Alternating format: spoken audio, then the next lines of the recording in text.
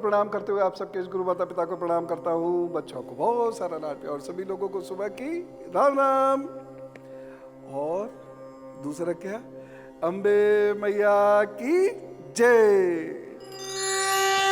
सबसे पहले माँ ब्रह्मचारिणी की बात करते हैं और पंडित हरि शर्मा जी से जानते हैं ब्रह्मचारिणी माँ का ध्यान मंत्र क्या है।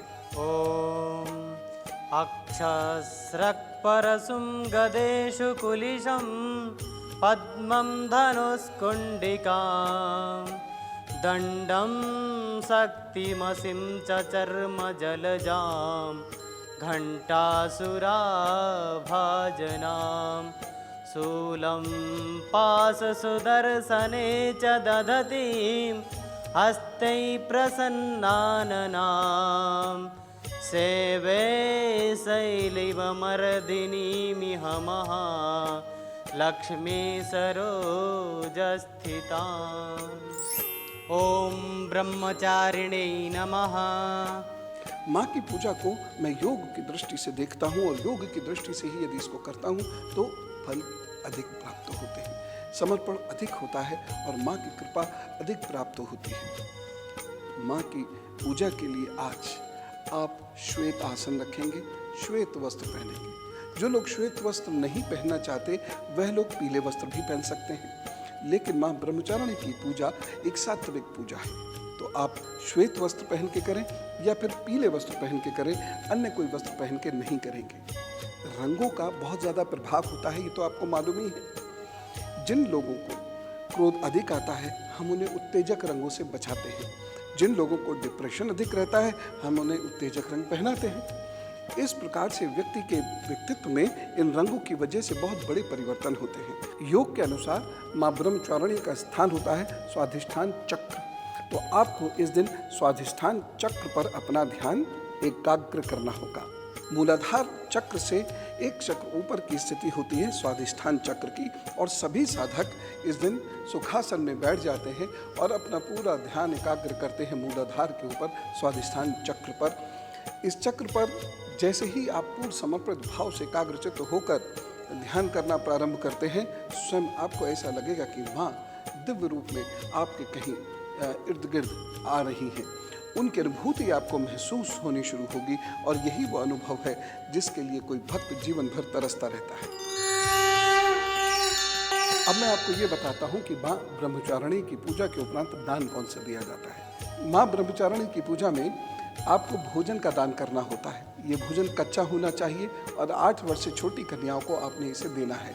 इस भोजन में या तो 7 अनाज हो सकते हैं या फिर किसी परिवार के एक दिन का पूरा खाना हो सकता है, जिसमें गेहूं आता है, चावल आता है, कोई एक अनाज आता है, दाल आती है, इसमें कुछ फल आते हैं, कुछ कंदमूल आते हैं।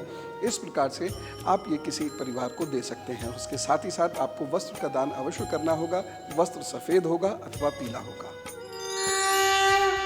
अब मैं आपको माँ चंद्रघंटा की बात बताता हूँ। इसे सुनना समझना आज के परिवेश की दृष्टि से बड़ा महत्वपूर्ण है, क्योंकि नाना प्रकार की परेशानियों में हम घिरे रहते हैं और बहुत सारे लोग ऐसे होते हैं जो हमको परेशान करते हैं, जीवन का आनंद नहीं लेने देते और हमें सही दिशा में कार्य करने ही नहीं देते।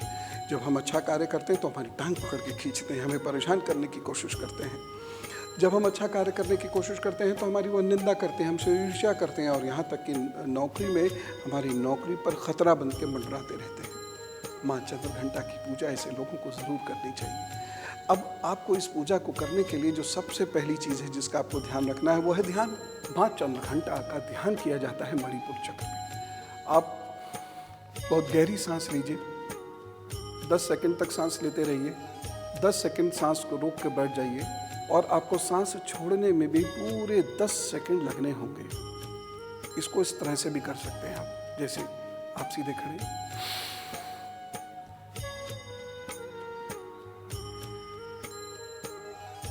और यहाँ 10 सेकंड सांस रोके और फिर धीरे धीरे, बहुत धीरे धीरे, समय की बाध्यता से मैं तो तेज करके दिखा रहा हूँ, लेकिन 10 सेकंड में आपको सांस छोड़नी है। तब जाकर माँ चंद्रघंटा के प्रति आप एकाग्र होंगे। लेकिन ये एकाग्रता क्यों ज़रूरी है? क्योंकि माँ चंद्रघंटा असुरों का दमन करते हैं। माँ चंद्रघंटा आपके ऐसे दुश्मन जो आपके सही होने पर भी आपको नाहक परेशान करते हैं, इनकी पूजा से ऐसे दुश्मनों का दलन हो जाता है। एक मंत्र है जो आपको अवश्य करना है। पहले इस मंत्र को समझिए। ॐ उद्यद्भानुसहस्रकान्तिमरुणां क्षौमां शिरोमालिकां रक्तालिप्तपयोधरां जपपटीं विद्यामभीतिं हस्ताब्जैर्दधतीं त्रिनेत्रविलसत् वक्त्रारविन्दस्थितां देवी वद्दहिमां सुरत्नमुकुटां वन्दे रविन्दस्थिताम्। ॐ चंद्रघंटायै नमः। इस मंत्र का 21 बार जप करके आप माँ चंद्रघंटा की आराधना कीजिए। और साथ ही साथ आपको दान क्या करना है यह मैं अभी आपको बताता हूँ। इस दिन चावलों का दान करते हैं। छोटी कन्याओं को, जो कम से कम 7 कन्याएं अवश्य हों और एक छोटा बालक अवश्य हो, और यह घर के नहीं होने चाहिए, घर के बाहर के होने चाहिए। अच्छा रहे कि 7 गरीब कन्या और एक गरीब बालक की मदद हो जाए। उन्हें आप चावल का दान अवश्य कर दीजिएगा।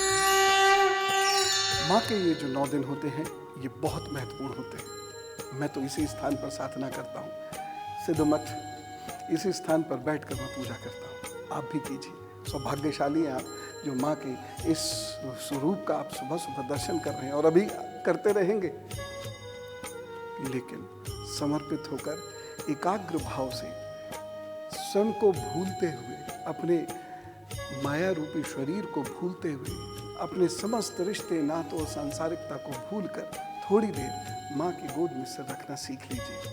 फिर देखिए परेशानियाँ कैसे डर के भाग जाती हैं, असुर कैसे डर के भाग जाते हैं।